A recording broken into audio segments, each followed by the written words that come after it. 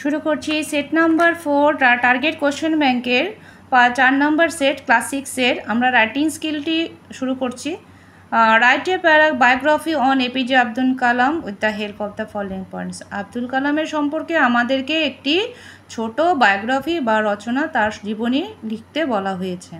এখানে তার জন্ম কবে হয়েছে, তিনি কোথায় জন্মেছিলেন, তার ডিগ্রি কী বা তার লেখাপড়ার ডিগ্রিটা কী ছিল, তিনি কোথায় জয়েন হয়েছিলেন, তার প্যারেন্টেজ কোথায় ছিল, এবং এমনকি তিনি কত নম্বর উনি যে আমাদের 11 নম্বর প্রেসিডেন্ট ছিলেন ভারতের, এই সমস্ত কিছু তোমাদের এখানে পয়েন্টসগুলো দিয়ে দেওয়া হয়েছে। তিনি কবে তার পরলোক ভ্রমণ করেন তিনি, সেটা এখানে টাইট দিয়ে দেওয়া হচ্ছে। এখন আমাদেরকে সাজিয়ে গুছিয়ে জিনিসটা লিখতে হবে।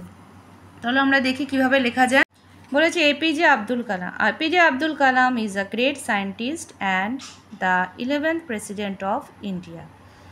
এপিজে আব্দুল কালাম ছিলেন একজন মহান বৈজ্ঞানিক এবং 11তম প্রেসিডেন্ট ছিলেন আমাদের ভারতে। He was born on October 15, 1931 and Rameswaram in Tamil Nadu. তিনি তামিলনাড়ু রামেশ্বরমে 1931 সালে 15 অক্টোবর জন্মগ্রহণ করেন। Zainul Abdin was his father. Zainul Abdin ছিল তার বাবা, and his mother was Asiamma. তো তার মায়ের নাম ছিল Asiamma. Kalam took his degree on aeronautical engineering and joined DRDO। তিনি অ্যারোনটিক ইঞ্জিনিয়ার ছিলেন, বৈমানিক বা বিমানের যে ইঞ্জিনিয়ার তাকে বলা হয় অ্যারোনটিক ইঞ্জিনিয়ার। তো তিনি ছিলেন অ্যারোনটিক্যাল ইঞ্জিনিয়ার এবং তিনি যুক্ত হন কিসে পরে, DRDO-তে। He is the pioneer of Indian nuclear technology. তিনি আমাদের পারমাণবিক টেকনোলজির উন্নতি করেছিলেন। Kalam was awarded the Padma Bhushan and Bharat Ratna. Kalam Padma Bhushan এবং ভারতরত্ন উপাধিতে সম্মানিত হয়েছিলেন। His biography is wings of fire. তার জীবনী যে বইয়ের নাম উইংস অফ ফায়ার।